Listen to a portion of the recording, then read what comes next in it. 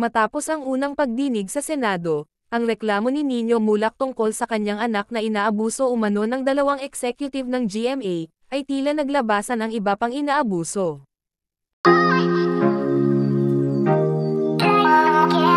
Nang lumabas nga ang balita tungkol sa pang-aabuso umano sa anak ni Nino Mulak, na si Sandro Mulak ng dalawang executive ng GMA Network, ay tila naglabasan ang iba pang biktima umano ng karahasan.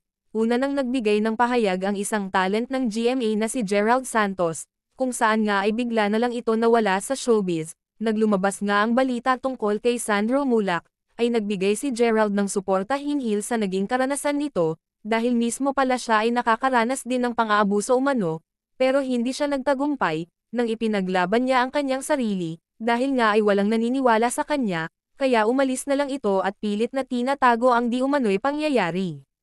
Ngayon nga sa isang blind item sa PEP, ay may isa na namang lumabas na di umano'y isang biktima din na katulad ni Sandro Mulak at Gerald Santos, ay naging biktima din ito sa naturang pang-aabuso.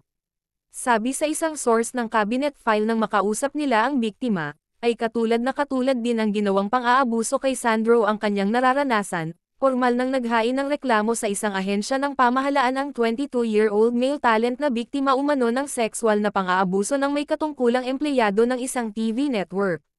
Pero maaaring maghintay pa siya ng ilang buwan bago maimbestigahan ang kanyang problema kaya nais niyang hingin ang tulong ni Senator Robin Padilla, ang chairman ng Senate Committee on Public Information and Mass Media.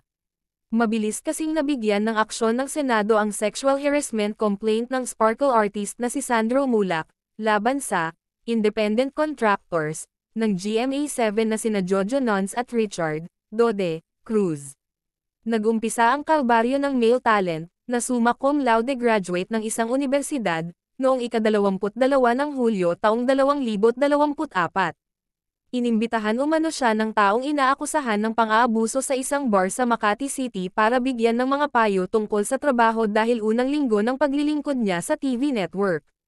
Hindi niya malilimutan ang karanasang ito dahil nangyari ang imbitasyon ng akusado sa araw ng State of the Nation address ni Pangulong Ferdinand Marcos Jr.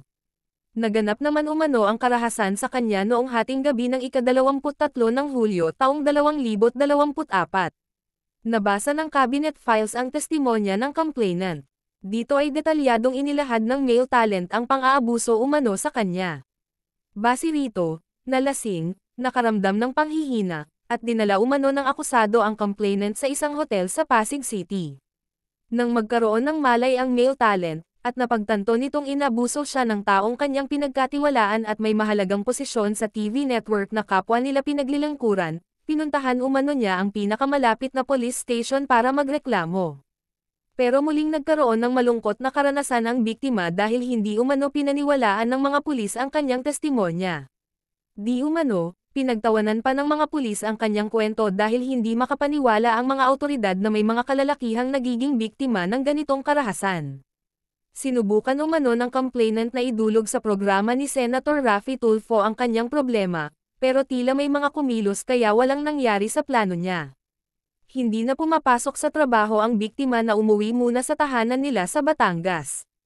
Pero desidido siyang mabigyan ng hustisya ang sinapit niya, lalo pat marami na ang nagpapalakas sa kanyang kalooban.